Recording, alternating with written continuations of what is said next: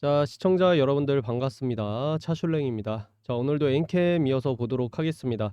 자, 일단 오늘 주가는 마이너스 2% 정도 이렇게 주가 흐름이 있었고요. 어떠한 지금 차트의 흐름보다는 일단 차트로 봤을 때는 앞전에 이 저점 구간과 그 다음에 저점들이 저점을 높여가고 있는 흐름을 만들어내가고 있습니다. 현재 이 흐름에서 지금 주가의 최대 악재로 뭐 불성실 공시가 쌓였던 것들, 그리고 자금 조달, 이 안에서 뭐 시비, 전환사채, 이런 것들이 계속 반복적으로 나오다 보니까 엔캠이 그동안 고점을 찍고 이렇다 할 저렇다 할 좀 주가 흐름이 나오지 못했습니다. 근데 지금 최근에 2,500억에 대한 시비 전환이 나옴에도 불구하고 지금 주가의 흐름이 어떻습니까? 그냥 이 박스권의 흐름이에요. 박스권의 흐름. 그래서 지금 뭐 불성실 공시 이것도 사실 별거 아닌 거기 때문에 신경 쓸 필요가 없습니다. 그냥 엔캠의 지금 단 하나의 목적은, 얘네가 단 하나의 목적은 그냥 돈이에요. 자금 조달. 자금 조달.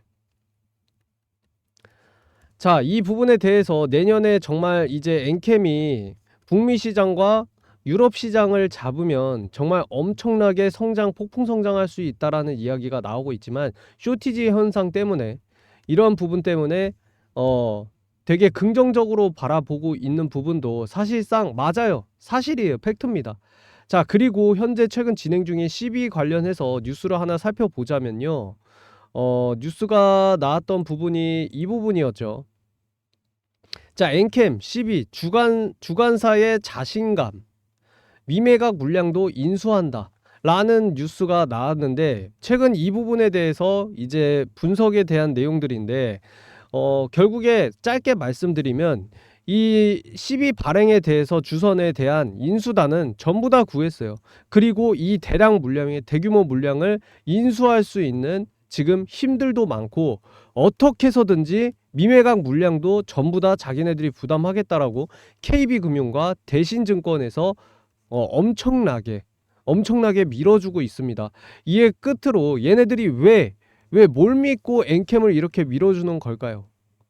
앞으로의 성장성이, 엔캠이 어쩔 수 없이 지금 중국을 배제한다라고 하면 1, 2, 3위의 이 전액 업체가 누구였어요? 바로 중국이었단 말이에요. 4위가 엔캠이었습니다. 이 엔캠이 독점과 함께 공장 증설과 캐파 증설을 해 나가면서 앞으로 여기에서 매출 확대와 영업이익을 확대해 나가면 앞으로 북미 시장과 유럽 시장을 독점할 수 있는 것은 시간 문제가 될 수밖에 없다. 그 부분 때문에 다 알고 이런 대형 증권사에서도 엔캠에 대한 전환사채 물량을 모두 다 인수하려고 하는 뚜렷한 이유입니다. 자, 이 부분에 대해서, 자, 엔캠 신용등급 WB 플러스 안정적 하이힐드 수요 지속. 21일 IB 업계에 따르면 2차전지 전액 종목기업의 엔캠은 2,500억 규모의 제14회차 무기명 이권부 무보증 공모 전환사채 발행을 추진한다. 엔캠이 공모 10회 발행을 나선 것은 지난 2021년 상장 이후 처음이다. 엔캠은 이번 조달하는 자금을 전액 생산시설, 제가 뭐라 그랬어요? 공장 증설이 필요하다고. 자, 여러분들 전액은 다 알겠지만 짧게 이거 얘기하고 갈게요. 우리 2차전지의 주요 소재가 뭐예요? 자, 양극재, 음극재, 분리막, 이 전해액입니다. 자, 여기에서 이 양극재가 뭐예요? 가장 비싸요. 그래서 이 비싼 것을 공략해서 크게 된 데가 어디예요? 에코프로입니다. 에코프로. 자, 여기서 반대로 이 전해액은 이 네 가지 소재 중에 가장 싸요. 가장 싸고 가장 까다롭습니다. 그래서 매출을 아무리 내도 영업이익을 내기 위해서는 캐파 증설이 정답이에요. 자, 그동안 엔캠 같은 경우는 10만 톤가량밖에 생산을 못했어요. 중국 1, 2, 3위는 막 1위는 100만 톤 이렇게 할 때. 근데 지금 100만 톤을 생산할 수 있는 여력을 갖추고 있다라는 이야기가 나오면서 앞으로 미 대선 이후에 계속 미중 갈등은 확대될 수밖에 없고요. 그럼 이 전액을 우리나라 1위 전에 1위 기업인 이 엔캠이 앞으로 2차 전지 상승이 아닌 별개로 정말 대장격의 흐름을 보일 수 있다라는 겁니다. 전해액은 1차 전지의 필수품이에요. 필수 소재. 제일 싸지만. 그래서 이 전해액은 또 뭐예요? 유통기한이 짧아요. 유통기한이 짧기 때문에 예를 들어 테슬라 공장 옆에 바로 엔캠을 지어야 돼요. 그래서 바로바로 넘길 수 있게. 우리나라에서 수출하면서 뭐 북미로 유럽으로 수출할 수가 없습니다. 사실상. 그래서 각자 나라의 대형 자동차 회사 기업 옆에다가 지어야 돼요. 그래서 캐파 증설이 무조건 중요하다는 거, 그동안 그 캐파가 부족했기 때문에 이것을 진행하면서 엔캠의 대표가 목숨 걸고 자금 조달을 해나가고 있는 겁니다.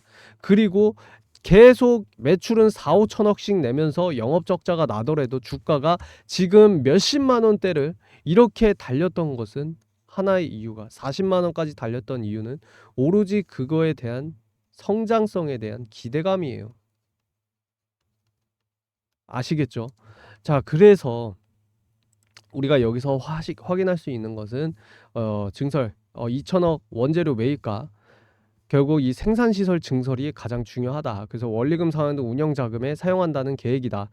발행하는 시비의 표면 이자율은 1%고 만기 이자율은 3% 수준. 보통주 이제 전환 가격이 20만 4,500원이며 이달 기준 엔캠의 종가는 18만 원이다. 최종 전환 가격은 청약이 3거래일 전 시세 가중평균 산술 주가와 비교해 낮은 금액으로 결정될 예정이다. 그래서 해당 시비는 리피싱 조건도 포함되어 있다. 시가 하락 시에 최저 조정 가액은 발행 당시 전환 가격의 80%에 해당하는 가액에 하향 조정할 수 있다.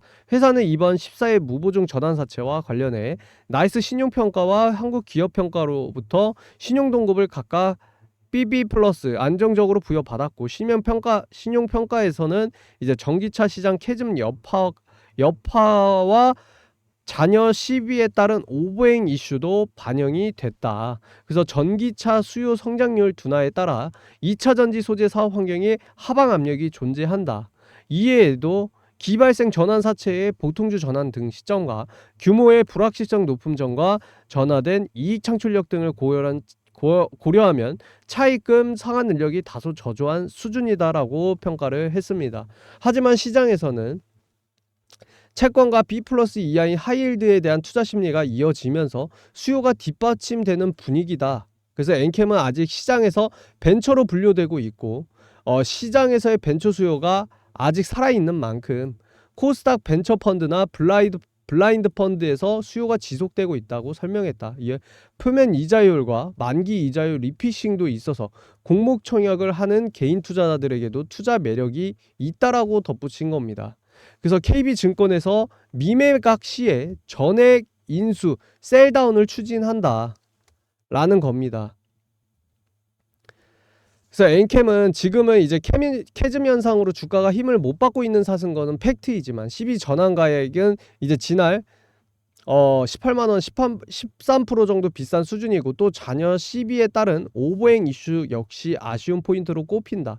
그럼에도 KB증권과 대신증권이 전기차 주관사 인수에 나선 것은 전기차 시장의 성장세가 지속되는 흐름을 감안해서 주가가 저평가됐다고 판단한 것, 이게 가장 중요해요.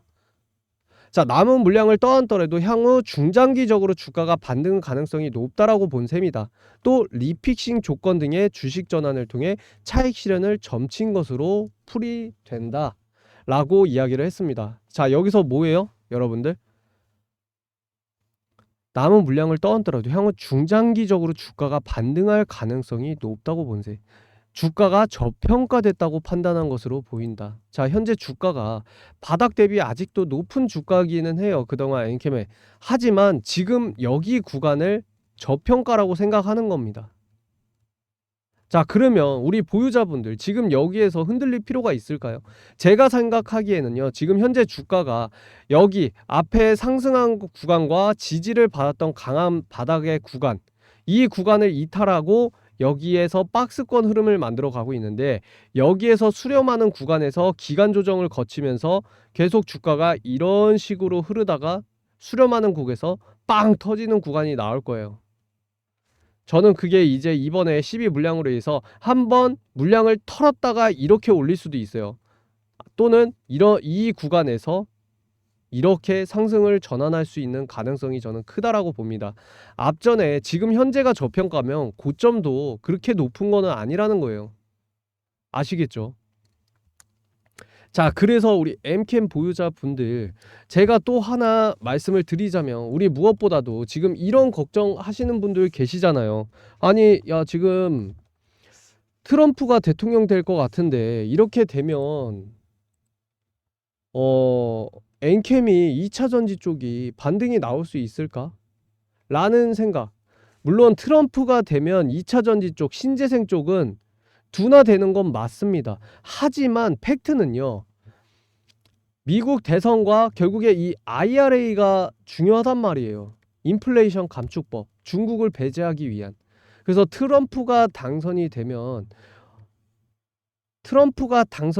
아니라 당선이 되더라도 트럼프 혼자서 IRA를 무력화를 시도는 할 수는 있지만 절대 불가능합니다.